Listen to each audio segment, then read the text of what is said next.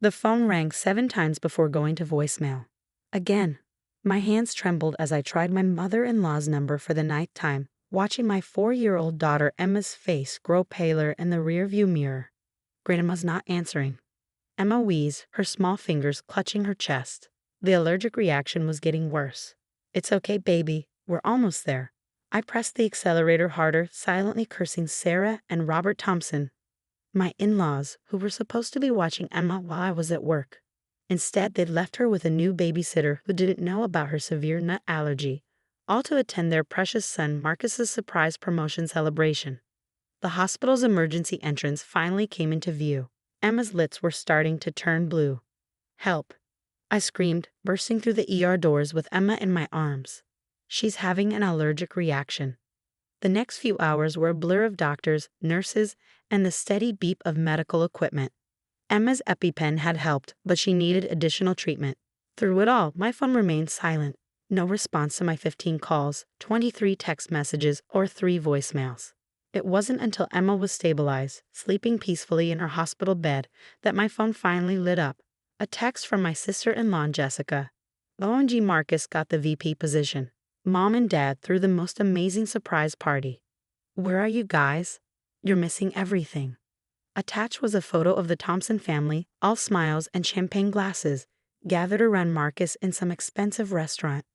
My in-laws, Sarah and Robert, beaming with pride. Marcus's wife Diane, perfectly coiffed as always. Even my husband James was there, though he at least looked uncomfortable. I stared at their happy faces, feeling something break inside me. While my daughter fought for breath, they were celebrating. While I screamed for help in an emergency room, they were toasting their perfect son's success. My husband James rushed in 2 hours later, his tie askew and face flushed with what I hoped was shame. "Lisa, I'm so sorry. I just saw your messages. Mom said Emma was fine with a new sitter, and they really wanted everyone there for Marcus." "Stop."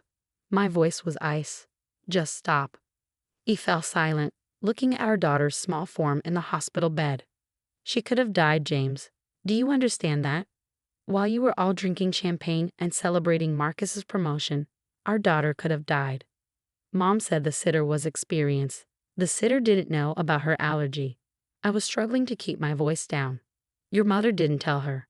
She was in such a rush to get to precious Marcus's party that she didn't even give the basic safety information." James slumped into a chair, his face pale. "I didn't know. They said everything was handled." Of course they did, because nothing matters except Marcus, right? Not even their granddaughter's life. "That's not fair." "Not fair?" I laughed, a hollow sound. "You want to talk about fair? I called your mother 15 times. 15 times, James. She ignored every call because she didn't want to interrupt the party." He reached for my hand. I pulled away. "Emma asked for her grandma while she couldn't breathe. She asked why grandma wasn't answering. What should I have told her?" Before James could respond, the door burst open. Sarah and Robert Thompson swept in, still dressed in their party clothes, Sarah's expensive perfume filling the small hospital room. "Oh, darling." Sarah rushed to Emma's bedside, her designer heels clicking on the floor. "We came as soon as we heard." "Why didn't you call us earlier?" The audacity of that question made my vision blur with rage. "I did call you. 15 times. You ignored every single one." While we were at Marcus's celebration, Robert said, as if that explained everything, "It was a surprise. We couldn't just answer phones." My daughter couldn't breathe. My voice rose despite my efforts to stay calm. "She could have died because you were too busy celebrating your perfect son to care about her safety." "Now, Lisa," Sarah's voice took on that condescending tone I'd grown to hate. "You're being dramatic. Emma's fine. These things happen. But there's no need to ruin Marcus's special day over it." I felt something snap. Years of being the other daughter-in-law, of watching my child be treated as second best to Marcus's kids, of enduring their subtle and not so subtle favoritism. It all crystallized in that moment. Without a word, I pulled out my phone and opened the hospital security footage the nurse had helped me download. The timestamp showed Emma and me bursting through the ER doors, my daughter's lips blue, her small body limp in my arms. I played it, holding the phone up so they could all see. "This was at 7:43 p.m., I said quietly. "Right around the time you were posting champagne selfies on Facebook, Sarah." The color drained from my mother-in-law's face. Those calls you ignored. This is what was happening. This is what was more important than Marcus' party. I had to know, Sarah stammered, but I wasn't finished. I played the next clip. Emma on the emergency room table, doctors working frantically, my screams in the background. This was at 7:52 p.m., when you were giving your speech about what a perfect son Marcus is. Robert started to speak. I held up my hand. And this, I showed the final clip, was at 8:15 p.m. when you were cutting the celebration cake and posting about what a perfect family evening it was. The room was silent except for Emma's steady breathing and the beep of monitors. Lisa, James touched my arm. They get it. They feel terrible. No, I cut him off. They don't get it. Not yet. But they will. I turned to my in-laws, my voice steady despite the trembling in my hands. You've made your choices very clear. Marcus's promotion was more important than Emma's life. Your perfect son celebration was worth more than your granddaughter's safety. So now I'm making my choice. What does that mean? Sarah's voice quavered. It means you're done. No more grandparent privileges. No more holidays. No more birthday parties. No more photos. No more anything. You can't do that. Robert stepped forward. We have rights. Rights? I laughed bitterly. What rights? The right to ignore emergency calls. The right to prioritize a party over a child's life. Those rights? James, Sarah turned to her son, tears starting to fall. Say something. James looked at Emma, then at me, then at his parents. For once in his life, he made the right choice. She's right, Mom. This was unforgivable. Sarah began to cry in earnest, but her tears meant nothing to me. Not anymore. Not after watching my daughter struggle to breathe while they celebrated. Get out, I said quietly. Get out of this room. Get out of our lives. But we're family? Sarah protested. No. I showed them the party photo on my phone one last time. That's your family. The perfect son. The perfect celebration. The perfect life. Emma and I were just accessories. And now we're done being your backup plan. They left eventually, Sarah's tears and Robert's protests fading down the hospital corridor.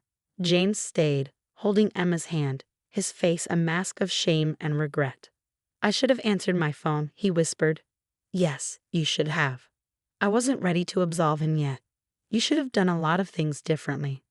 Emma stirred in her sleep, her color finally back to normal. I touched her cheek, feeling the warmth that meant she was recovering, but I hadn't lost her, despite her grandparents' negligence. My phone buzzed with messages. Sarah begging for forgiveness, Robert demanding we be reasonable, Marcus asking why we had to ruin his special day with drama.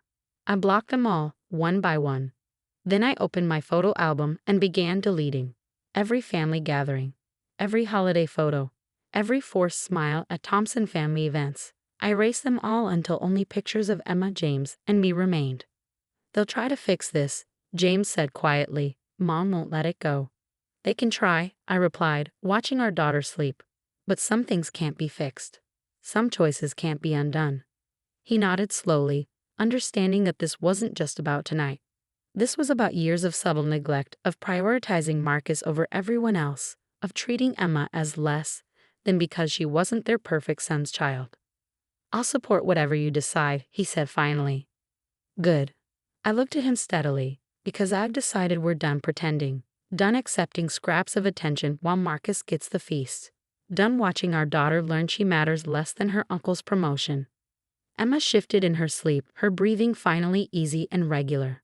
I touched her hand, feeling the steady pulse that proved she'd survived despite their negligence. From now on, I said quietly, we're choosing our daughter. Every time, no matter what. James squeezed my hand, and for the first time in hours, I let him. Outside the hospital room, I could hear Sarah's distinctive heels clicking back and forth in the corridor. She was probably waiting for another chance to explain, to justify, to make excuses. Let her wait. We had chosen our priorities. It was time they lived with theirs. The fallout was immediate and explosive. The Thompson family wasn't used to being denied anything, let alone access to their grandchild. The next few weeks became a masterclass in manipulation and guilt-tripping. First came the flowers, enormous arrangements delivered daily to our house, each with tearful cards from Sarah. We're so sorry. Please let us make it right. We miss our precious Emma. Each bouquet went straight to the local children's hospital. Let them bring some joy to kids whose families actually cared about them. Then came the gifts. Expensive toys and clothes for Emma, all carefully selected to remind us of what she'd been missing out on if we maintained our distance. Those went to women's shelters. At least they'd serve families who understood what priorities meant. Marcus, ever the perfect son, launched his own campaign of manipulation. He cornered James at work, reminding him of family loyalty and how mom and dad won't be around forever. When that didn't work, he switched to threats about James' position at the family company. That backfired spectacularly. I quit, James announced one evening, walking in with a box of his office belongings. I'm done letting them control us with money and guilt. I looked up from helping Emma with her art project, surprised but proud. Are you sure? He set the box down and joined us at the table, picking up a crayon. I've never been more sure of anything. Marcus tried to suggest that my attitude might affect my next performance review. As if I'd choose a job over our daughter's safety. Emma looked up from her drawing. Daddy, are you sad? No, sweetheart, he smiled, helping her color a butterfly. I'm actually happy. Sometimes standing up for what's right feels better than any job. The next wave of attack came through flying monkeys, family friends, distant relatives, even our church group, all calling to tell us how devastated Sarah and Robert were, how we were tearing the family apart. I had a standard response, the hospital security footage. Amazing how quickly their tune changed when they saw what actually happened that night. Sarah tried a new tactic during week 3, showing up at Emma's school. Fortunately, we'd already warned the administration of the situation. She was politely but firmly turned away, her designer handbag clutched to her chest like armor. Mrs. Thompson, the school principal, told her, the safety of our students comes first. Always. I'm sure you understand about putting priorities first, don't you? The irony was apparently lost on her. Robert's approach was more direct. He tried to throw money at the problem. A college fund for Emma, a new car for me, job offers for James at his golf buddies' companies. As if our daughter's worth could be measured in dollars and cents. You don't get it, do you? I told him during one of his unannounced visits to my workplace. This isn't about money. It's about choices. You chose Marcus's party over Emma's life. Now you're living with that choice. We didn't know it was an emergency, he protested. 15 calls, Robert, 15. Since when does anyone call 15 times about something trivial? He had no answer for that. The real change came 6 weeks after the incident. Emma's regular checkup showed her airways were still sensitive from the allergic reaction. The doctor mentioned she might have lingering effects for months.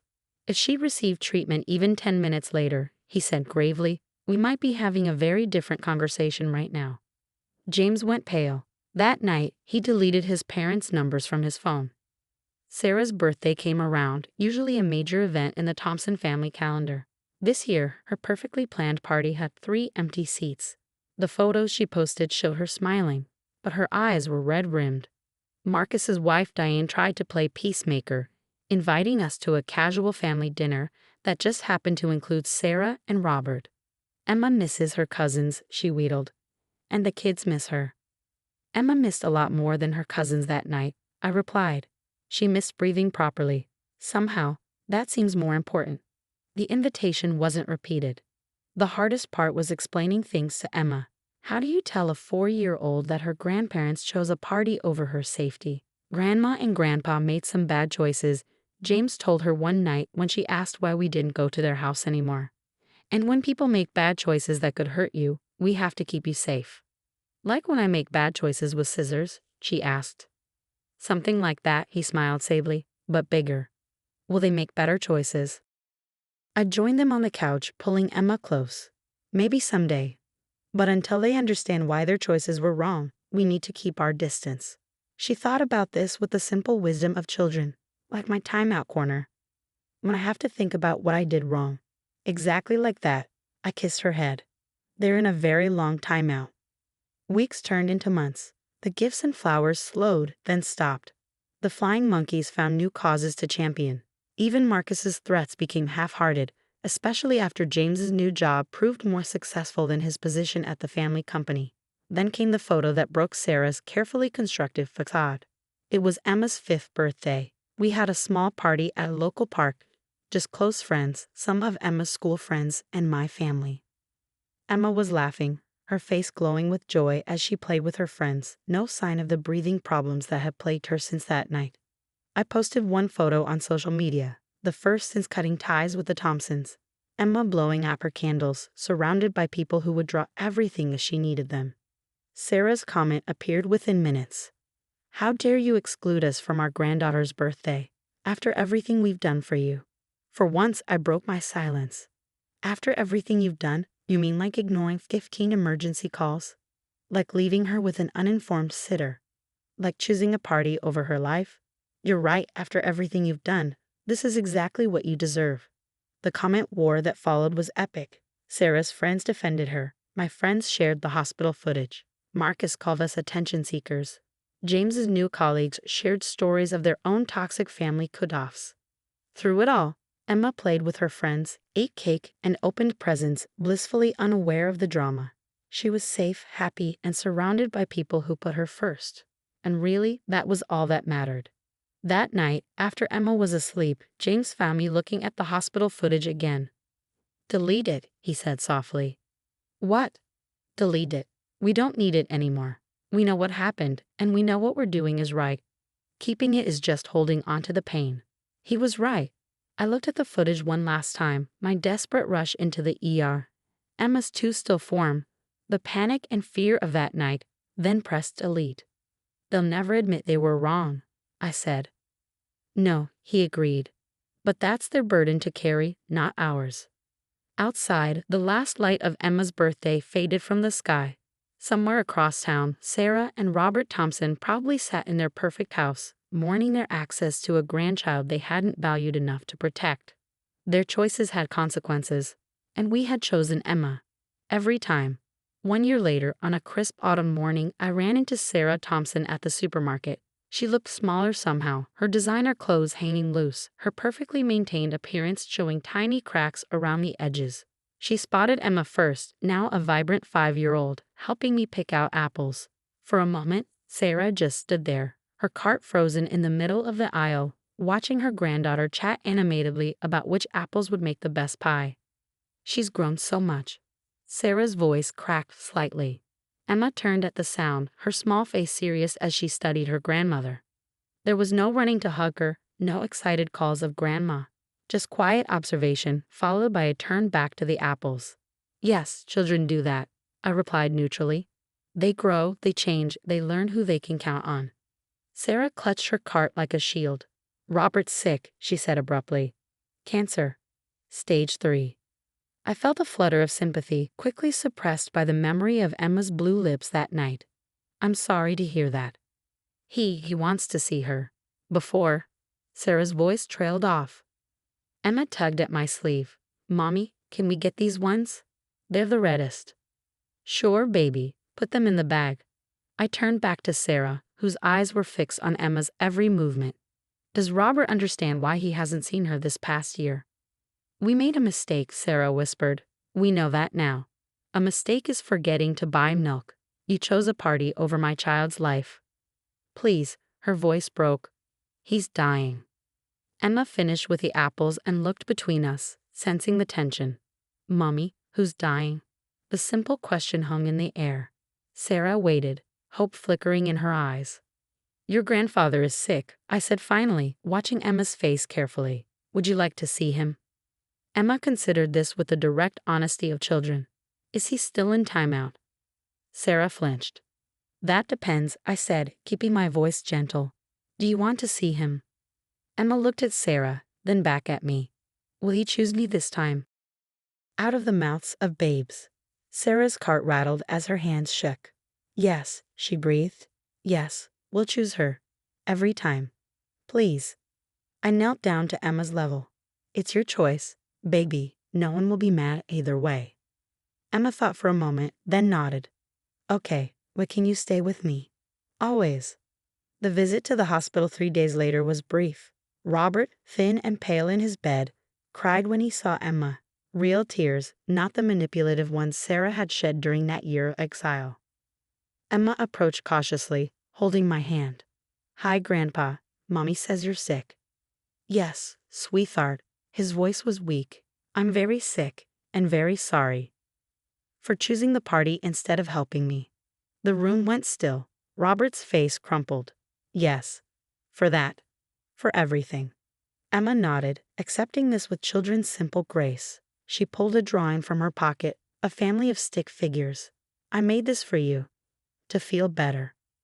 As Robert held that crayon drawing like it was made of gold, I saw something I'd never seen before in his eyes. Understanding. Real, painful understanding of what he'd almost lost, what his choices had cost him.